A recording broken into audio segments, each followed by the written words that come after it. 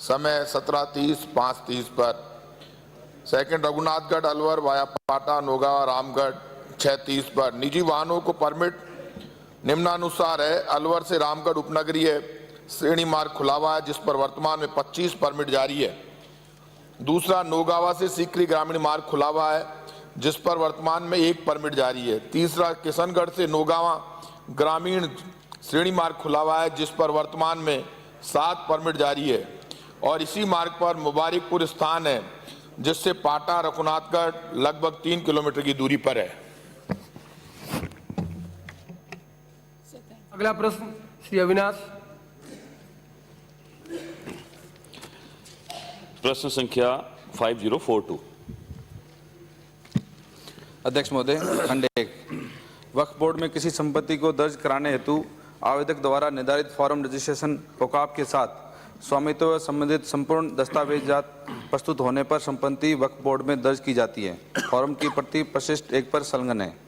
खंड 2, वक्फ संपत्ति को वक्फ बोर्ड में दर्ज करने के लिए मुख्य कार्यकारी अधिकारी राजस्थान वक्फ बोर्ड अधिकृत हैं। खंड 3, वक्फ बोर्ड में दर्ज होने वाली वक्फ संपत्तियों की संपूर्ण प्रक्रिया में मुस्लिम समाज के अतिरिक्त व्यक्ति अधिकारी भी नियुक्त हो सकते हैं, किंतु वक्फ बोर्ड में संपत्ति के पंजीयन के आदेश प्रदान करने एवं पंजीयन रजिस्टर्ड में इंदराज को प्रमाणित करने के लिए मुख्य कार्यकारी अधिकारी ही अधिकृत हैं। केंद्रीय वक्फ अधिनियम 1995 की धारा 23 के अंतर्गत मुख्य कार्यकारी अधिकारी का मुस्लिम होना आवश्यक है। प्रति पृष्ठ 2 पर संलग्न है। खंड 4, जी नहीं, केंद्रीय वक्फ अधिनियम 1995 में किसी प्रकार का संशोधन केवल संसद द्वारा ही किया जा सकता है। माननीय अध्यक्ष महोदय, मैं आपके माध्यम से माननीय मंत्री महोदय से जानना चाहूँगा कि आपने जो इस परिशिष्ट 1 में जो उत्तर दिया, जो ये परफॉर्मा आपने दिया है, क्या वक्फ में संपत्ति दर्ज करने के लिए सिर्फ यही परफॉर्मा काफ़ी है?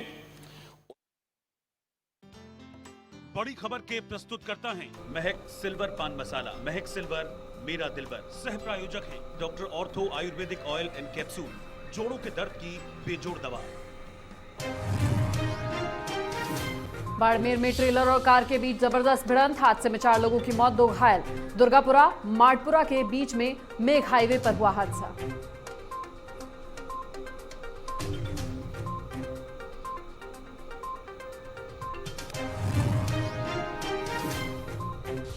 बाड़मेर सड़क हादसे पर सीएम गहलोत ने ट्वीट कर जताया दुख, कहा 5 लोगों की मौत अत्यंत दुखद, मेरी संवेदनाएं शोकाकुल परिजनों के साथ, ईश्वर उनके परिजनों को संबल दे।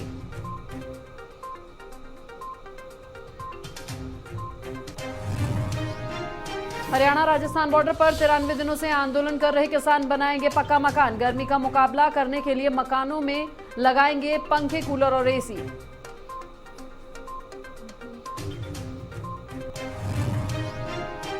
रिश्वत के बदले असमत मांगने वाला एसीपी कैलाश बोहरा सस्पेंड। दुष्कर्म केस की जांच के बहाने पीड़िता को बुलाता था ऑफिस, एसीबी ने किया गिरफ्तार।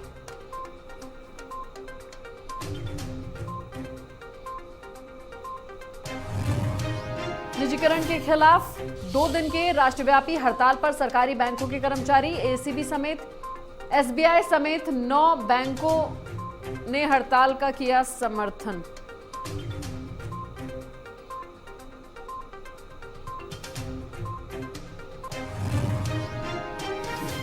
देश में लगातार चौथे दिन कोरोना के 200 से ज्यादा मामले सामने आए। 24 घंटे में 250 केस, सबसे ज्यादा राजधानी जयपुर में 49 मरीज।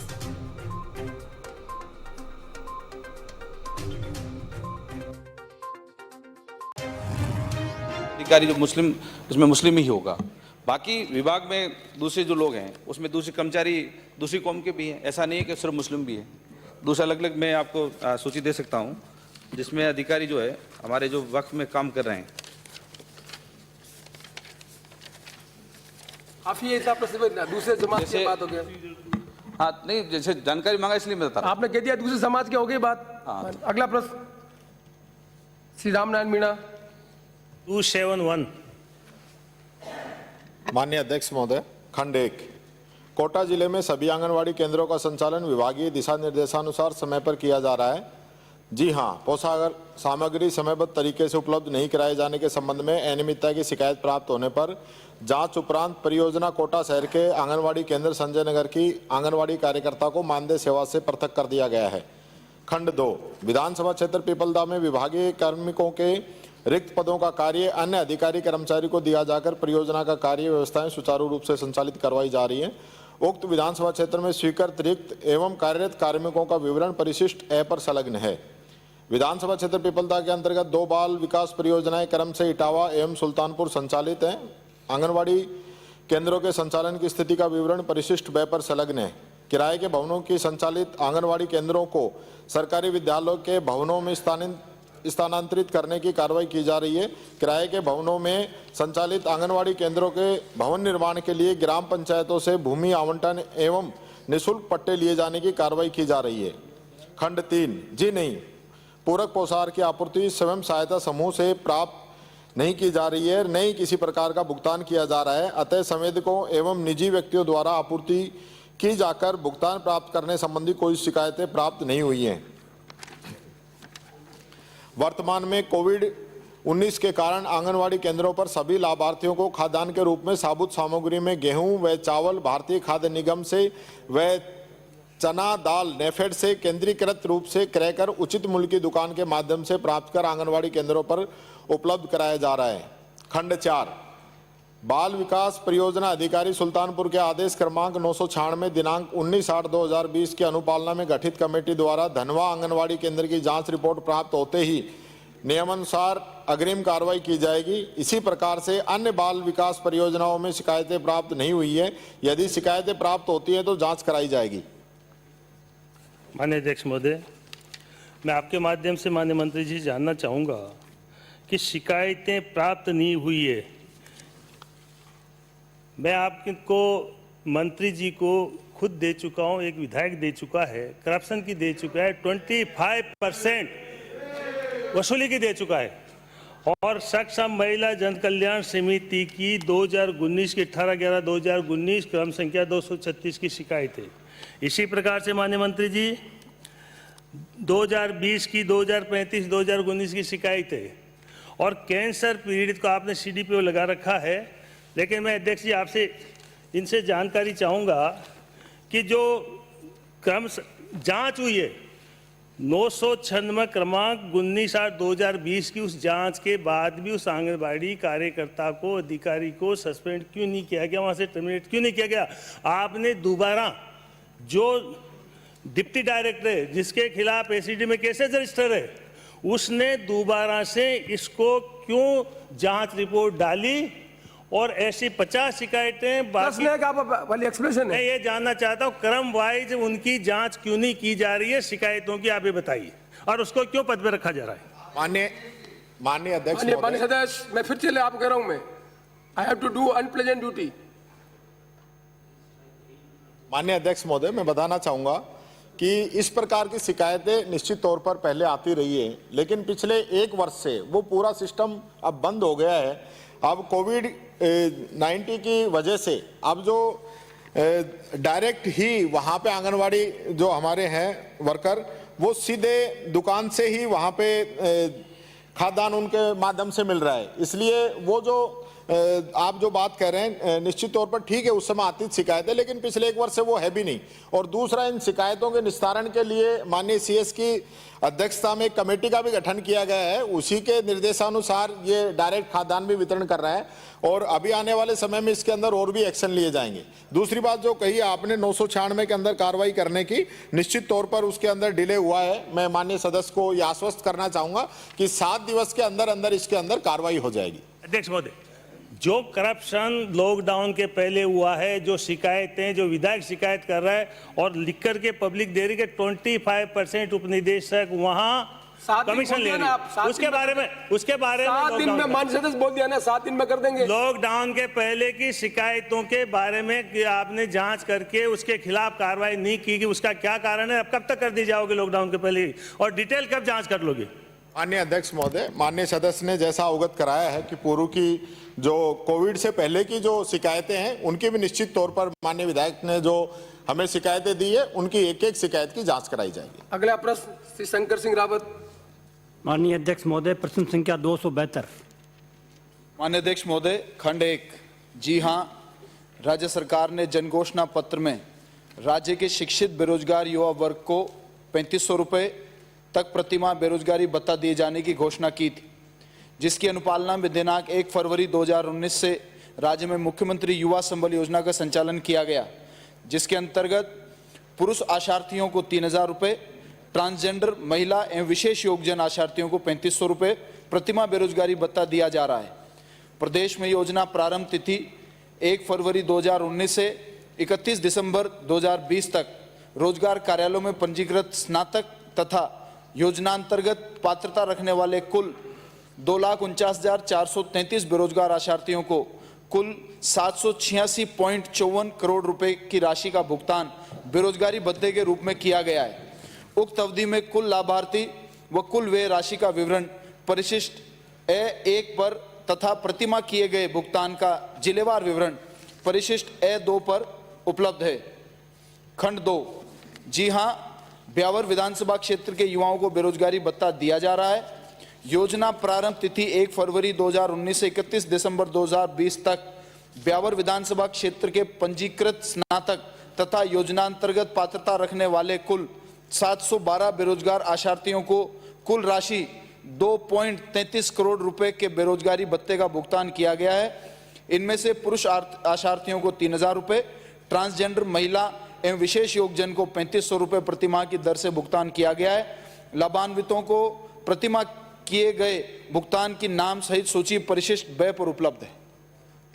अध्यक्ष महोदय, मेरा निवेदन है माननीय मंत्री महोदय से कि ये जो 3500 रुपये का जो शिक्षित बेरोजगार भत्ता का आपने घोषणा की थी और आपने स्वीकार किया, उसके लिए तो धन्यवाद है।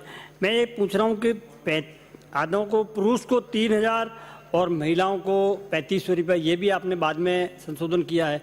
दूसरा निवेदन ये है कि क्या ये पंजीकृत स्नातक का जो मापदंड लगा है ये भी उसमें नहीं था आपके घोषणा पत्र में, तो अभी ये बाकी के जो शिक्षित बेरोजगार है वो बेचैन हैं, उनके लिए आपकी क्या इसमें और जोड़ने का मंशा रखते हैं कि नहीं रखते हैं, वो आप बताएं। धन्यवाद। माननीय अध्यक्ष महोदय, पहले तो माननीय सदस्य ने कहा कि पुरुषों को 3000 और महिला ट्रांसजेंडर विशेष योग्यजन को 3500 क्यों? घोषणा में लिखा हुआ है 3500 तक। इस शब्द के मायने है तक का मतलब इसके अंदर कितना भी हो सकता है, तो इसलिए हम अपनी घोषणा के अनुसार जो हमने ये भुगतान बेरोजगारी भत्ते का दे रहे हैं वो पूरी तरीके से सही। दूसरा प्रश्न आपने किया कि केवल ग्रेजुएट लोगों को ही क्यों दिया जा रहा है, तो इसमें घोषणा के अंदर एक शब्द था शिक्षित बेरोजगार युवाओं को, तो शिक्षित कम होगा ये तय किया कि कम से कम ग्रेजुएट तो हो कि जिसको हम ये माने कि भाई शिक्षा पूरी प्राप्त कर ली गई है और उसके बाद भी अगर बेरोजगार है तो उनको बेरोजगारी का भत्ता दिया जाना चाहिए। क्या ये 10+2 वाला भी आप प्रशिक्षण नहीं मानते हैं क्या उसको? एक निवेदन तो ये था। दूसरा निवेदन ये है कि ये जो लिस्ट आपने दी है, इस लिस्ट में कोई ढूंढ ही नहीं पाएगा कि ये नाम का कहाँ व्यक्ति मिलेगा, उसको कोई गांव पता ऐसा कुछ तो लगते थे, तो हम कम से कम जानकारी तो करें कि कितने सही हैं और कितने गलत हैं। अब 712 की सूची दी है, एक भी इसमें कोई सही पता नहीं, क्या सूची यदि देंगे? आपको इस सूची में विशेष जानकारी गांव के बारे में चाहिए तो आप मुझे विशेष जानकारी के बारे में लिख के देंगे, मैं पूरी जानकारी गांव के अनुसार मैं आपको दे दूंगा। अगला प्रश्न गोपीचंद मीणा, मान्य 273। माननीय अध्यक्ष महोदय, खंड 1। जिला भीलवाड़ा में कपड़ा उद्योग से संबंधित कारखानों का संचालन हमीरगढ़, मांडल, गुलाबपुरा, बनेड़ा, रायसिंहपुरा, धुवालिया, सरेरी, चित्तौड़ रोड इत्यादि स्थानों पर किया जा रहा है। कारखानों की सूची परिशिष्ट कैग पर संलग्न है। खंड 2। उक्त कारखानों में विभागीय अधिकारियों द्वारा कारखाना अधिनियम 1948 एवं उसके अंतर्गत बने नियमों एवं बॉयलर्स अधिनियम 1923 के तहत केंद्रीय निरीक्षण प्रणाली द्वारा आवंटित कारखानों एवं बॉयलर्स का समय समय पर निरीक्षण किया जाता है। निरीक्षण के समय पाई गई कमियों पर कारखाना प्रबंधकों को नोटिस देकर जारी कर कमियों को दूर कराया जाता है। बॉयलर का निरीक्षण खुला व हाइड्रोलिक टेस्ट कर संतोषप्रद पाए जाने पर 1 वर्ष के संचालन हेतु प्रमाण पत्र जारी किया जाता है। बॉयलर की क्षेत्रवार सूची परिशिष्ट ख पर संलग्न है। खंड 3। विभाग में भीलवाड़ा जिले सहित प्रदेश के कई स्थानों पर निर्धारित मापदंडों में बॉयलर्स एवं अन्य मशीनरियों का उपयोग नहीं होने की कोई शिकायतें प्राप्त नहीं हुई हैं। खंड 4। विभाग द्वारा नियमों को प्रभावी ढंग से लागू करने के लिए कारखाने में बॉयलर्स के निरीक्षणों को केंद्रीय निरीक्षण प्रणाली से कंप्यूटर द्वारा रैंडमली आवंटित किया जाता है। कारखानों व बॉयलरों का संभाग स्तर के 6 अधिकारियों द्वारा निरीक्षण संपादित किया जाता है एवं सुरक्षा प्रावधानों की प्रभावी अनुपालना करवाई जाती है। अधिकारियों का विवरण निम्नवत है। 1 उप मुख्य निरीक्षक भीलवाड़ा, 2 वरिष्ठ निरीक्षक अजमेर व किशनगढ़, 3 निरीक्षक भीलवाड़ा, अजमेर, मकराना। अध्यक्ष महोदय, मंत्री महोदय से मैं पूछना चाहता हूं, भीलवाड़ा जिले के कारखानों में कितने बॉयलर्स चालू है, कितने में बंद है। साथ ही दूसरा प्रश्न है मेरा, भीलवाड़ा शहर से कारखानों से गंदा पानी कोठारी नदी व बनास नदी में डाला जा रहा है, जिससे मेरे क्षेत्र के 20 ग्राम पंचायतों में किसानों के चर्म रोग, कैंसर जैसी गंभीर बीमारियां हो रही है। मैं आपके माध्यम से माननीय मंत्री महोदय से पूछना चाहता हूं कि शहर का कारखानों से दूषित पानी को रोकने के लिए सरकार क्या प्रयास कर रही है। माननीय अध्यक्ष महोदय, जहाँ तक दूषित पानी की बात है तो वो आप निश्चित तौर पर हमारा जो पर्यावरण विभाग है उसमें आप बता सकते हैं, तो उसमें आप शिकायत करेंगे तो निश्चित तौर पर उसके खिलाफ वो कार्रवाई करेंगे। दूसरा मैं कहना चाहूँगा कि आपने जो बॉयलर की जानकारी चाहिए, तो 2019 के अंदर जो हमने इंस्पेक्शन किए हैं वो 68 बॉयलर 2019 के अंदर जो हमने निरीक्षण किए हैं वो बॉयलर के भीलवाड़ा जिले के 121 हैं और फैक्ट्री के 166 हैं, टोटल 287 हैं। और 2020 के अंदर हमने जो फैक्ट्री के निरीक्षण किए हैं वो 191 हैं, बॉयलर के 153 हैं और टोटल इंस्पेक्शन जो है वो 344 हैं। जो बंद है वो जिनमें कमियां पाई गई उनमें क्या सरकार कार्रवाई करना चाहती है। माननीय अध्यक्ष महोदय, किसी में भी कमियां नहीं पाई गई हैं। जिनके अंदर कमियां पाई जाती है उनका 15 दिन का नोटिस देते हैं, उसको सुधारने का उसको मौका देते हैं। उसके बाद उसको तैयार 15 दिन के बाद में दोबारा जांच होती है और उसको चालू कर दिया जाता है। आज की स्थिति में ऐसा कोई नहीं है जो नोटिस के बाद में जो कमियां पूरी नहीं की गई हों। अगला प्रश्न हमीर सिंह बहल। प्रश्न संख्या 274। अध्यक्ष महोदय, खंड 1, प्रदेश में गत 2 वर्षों में कोई भी पशु चिकित्सालय नहीं खोला गया है, जबकि प्रदेश में 586 नवीन पशु चिकित्सा उपकेंद्र स्वीकृत किए गए हैं। बजट घोषणा 2019-20 के तहत पशु चिकित्सालय निम्बार्क तीर्थ सलीमाबाद जिला अजमेर को प्रथम श्रेणी पशु चिकित्सालय में क्रमबद्ध किया गया है। खंड 2, वर्तमान में प्रदेश के 602 पशु चिकित्सालयों के राजकीय भवन नहीं हैं। राजकीय भवनविहीन पशु चिकित्सालयों के भवन निर्माण के लिए विभाग के नाम भू स्वामित्व के पट्टे उपलब्ध होने पर वित्तीय संसाधनों की उपलब्धता अनुसार भवन निर्माण का कार्य कराया जाता है। खंड 3, गत 2 वर्षों में विधानसभा क्षेत्र सिवाना की ग्राम पंचायत मुख्यालय गोलिया, नाकोड़ा, चाडों की ढाणी एवं लोहड़ी में नवीन पशु चिकित्सा केंद्र खोले गए हैं। वर्तमान में उक्त चारों पशु चिकित्सा केंद्रों में पशुधन सहायक एवं जलदारी के पद रिक्त हैं। विधानसभा क्षेत्र सिवाना की 32 ग्राम पंचायतों में विभाग की कोई पशु चिकित्सा संस्था उपलब्ध नहीं है। पशु चिकित्सा संस्थाएं आवश्यकता एवं वित्तीय संसाधनों की उपलब्धता अनुसार खोली जाती है। खंड 4, जी हाँ, बजट घोषणा 2020-21 अनुसार प्रदेश में मोबाइल वेटरनरी सेवा शुरू की जानी प्रस्तावित है। माननीय अध्यक्ष महोदय, मैं आपके द्वारा मंत्री जी से पूछना चाहूँगा कि जो भवन वहीन जो पशु चिकित्सालय हैं उनमें कब तक भवनों का निर्माण करवाने के लिए कोशिश की जाएगी, फर्स्ट। सेकंड, जिन 32 पंचायतों में अभी नहीं खोले गए हैं उनमें शीघ्र इस साल में खोले जाएंगे या समय लगेगा। एक मेरा निवेदन था कि अभी जो नवीन 4 पंचायतों में आपने खोला इसके लिए तो धन्यवाद है, पर पशुधन सहायक और जलदारी यहाँ जल्दी लग जाए तो थोड़ा इलाज पशुओं का आराम से हो सके।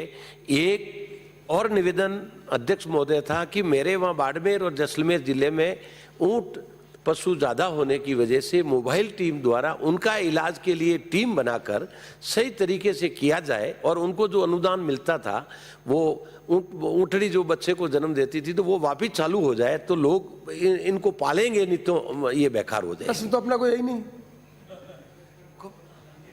अध्यक्ष महोदय, माननीय सदस्य ने ये बात सही है कि मैंने जैसे उत्तर में बताया है कि इनके 4 उपकेंद्र खोले थे, चारों में पद खाली है। मैं आपको आश्वस्त करता हूं कि 31 मार्च से पहले ये चारों पद भर दिए जाएंगे। दूसरा, इन्होंने ऊँट की बात की है, आप मुझे लिख के दे दें, जहाँ जहाँ आप कैंप लगाना चाहे वहाँ मैं शीघ्र ही आपके क्षेत्र में कैंप लगवा दूंगा। एक जानकारी मैं और दूंगा आपको कि आपके यहाँ एक थापना उपकेंद्र है, उसका 12 लाख रुपए का काम चल रहा है। दूसरा, आपके समदड़ी में 35 लाख रुपए के लिए हमने कार्य योजना बना के भेज दी वित्त विभाग में, समदड़ी में। उसमें जैसे ही बजट की स्वीकृति मिलेगी वो भी आपके चालू करवा दिया जाएगा। अगला और प्रश्न अगले वर्ष में आपको 400 हम नए उपकेंद्र खोल रहे हैं, आप लिख के देना, जो प्राथमिकता होगी उन्हें खोले जाएंगे। अगला प्रश्न रामलाल जाट। प्रश्न संख्या 5785। माननीय अध्यक्ष महोदय, खंड 1, सरकार द्वारा प्रस्तुत परिवर्तित बजट 2019-20 में आवारा पशुओं की समस्या से निजात पाने के लिए प्रत्येक पंचायत समिति पर नंदी गौशालाएं स्थापित करने बाबत घोषणा की गई थी, जिसमें भीलवाड़ा जिले की समस्त पंचायत समिति भी सम्मिलित हैं। बजट घोषणा के अनुरूप पंचायत समिति स्तर पर नंदी गौशालाएं स्थापित करने बाबत योजना एवं क्रियान्वयन वर्ष 2021-22 से किया जाएगा। अतः जिला भीलवाड़ा में वर्तमान तक पंचायत समिति स्तर पर स्थापित नंदी गौशाला की संख्या 0 है। खंड 2, जिला भीलवाड़ा में केवल बदनौर पंचायत समिति स्तर पर नंदी गौशाला खोलने हेतु कार्यालय जिला कलेक्टर भीलवाड़ा के आदेश क्रमांक F1232 RA 2020-2119 दिनांक 29/1/2021 द्वारा ग्राम बदनौर तहसील बदनौर में 5 हेक्टेयर भूमि आरक्षित की गई है। ग्राम पंचायत स्तरीय नंदी गौशाला खोलने का वर्तमान में कोई प्रावधान नहीं है।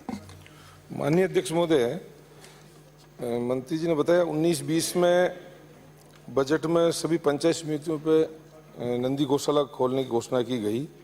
अब तक तो कोई खुली नहीं है, ये भी जवाब इन्होंने दिया। कई कारण हो सकते हैं, कोरोना का भी, लेकिन अब कब तक स्थापित कर दी जाएगी, कोई टाइम बाउंड बताया जाए, नंबर 1। दूसरा, माननीय अध्यक्ष जी, गौशाला की स्थापना और अनुदान प्राप्त करने की प्रक्रिया इतनी जटिल है, जो जमीनी स्तर पर लोगों को फायदा देना वो आ नहीं पाता। क्या अध्यक्ष महोदय जी, सरकार कृपया ये बताने की कृपा करे कि इस प्रक्रिया को सुधार करने का कोई काम करे?